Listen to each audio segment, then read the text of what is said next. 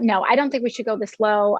I think that we need to make very dramatic investments as quickly as possible. And 1.7, I mean, for legislation, as I mentioned earlier, the Republican Party has already shown a pattern of the fact that their vote can't even be counted on. So they engage in this pattern, as we've seen with legislation, for example, the January 6th Commission, where they issue all of these demands and they say, you need to go lower, you need to do less, you have to, meet our demands. And then when some Democrats who in good faith try to accommodate in order to earn their support, that legislation comes to the floor and then they will end up pulling their support at the last minute anyway. So I don't believe that they have proven themselves to be a reliable and dependable enough legislative partner to be in the position to be making any demands of the Biden administration.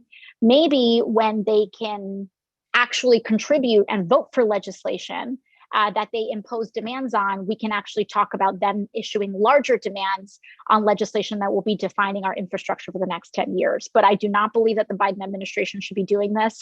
I think it is, they have a history of doing this. It's manipulative. It's their way of trying to bring down investments in communities. And by the way, these cuts almost always disproportionately impact vulnerable communities. They impact communities of color, they impact rural communities, they impact low-income communities, and a lot of times they impact democratic, deep democratic communities and districts. And so, to sacrifice all of that when in the end they have a pattern of not even voting for it anyway, you're not even picking up their vote. And so I don't think that I don't think that their behavior has merited or deserves or puts themselves in a position of making demands.